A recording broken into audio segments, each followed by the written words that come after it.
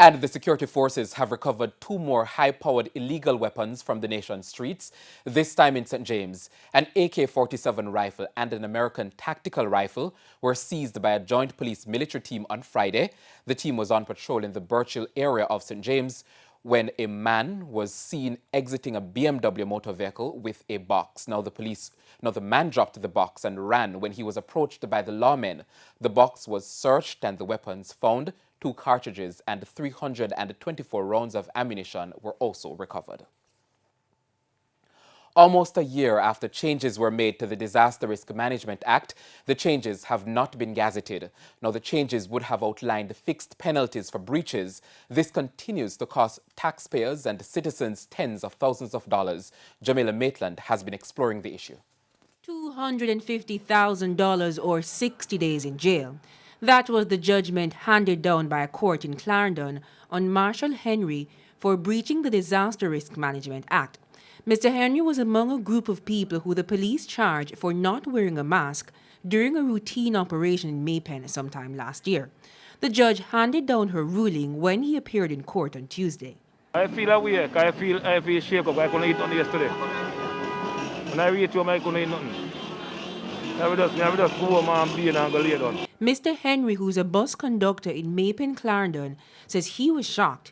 He doesn't believe the offense warrants such a stiff penalty, but he reasoned that the thought of staying in jail for 2 months would have been even more costly for his family. And after borrowing the money for his release, he's now free but heavily indebted. As for his friend who earns a living by loading buses, he's now in jail because he can't pay the fine. You know, nobody will come pay the money for him. Nobody will come pay the money for him, you know. All right, now in a lock up for yesterday evening till now.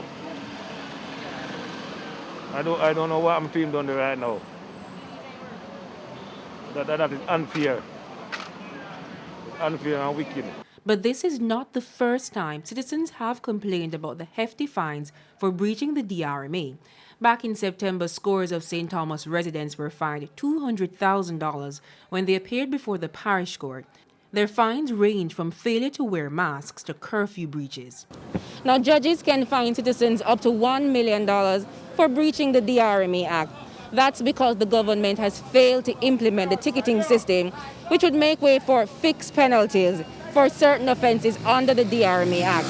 And so, charges like those levied against Mr. Henry, his friend, and even other Jamaicans would cost $5,000.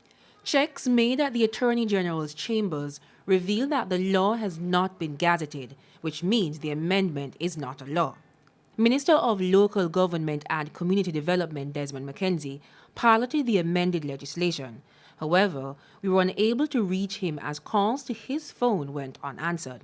But during an online conversation with the judiciary last year, Chief Justice Brian Sykes says the fines act as a deterrent. According to Justice Sykes, following reports of heavy fines, there is increased compliance in the parish. However, many still believe the fines are exorbitant. I understand too that in this particular case, the matter went to trial. In circumstances where a person does not plead guilty, there is in that plea of guilt, there is room where a court may well say, yes, you are not remorseful. You ought to have entered a plea initially. You have wasted the court's time. But even when that is said and done, I still am of the view that a fine of $250,000 is not proportionate and is manifestly excessive. Countries the world over have been relaxing some measures, including mask wearing. However, during the latest COVID conversation, Health Minister Dr. Christopher Tufton says Jamaica is not there as yet, pointing to the low vaccination rate and high number of COVID hospitalizations. And until that time, Mr. Green says the spotlight is on legislators to gazette the bill that was passed in the Parliament almost a year ago, so citizens won't have to pay huge fines. Jamaica Maitland, TVJ News.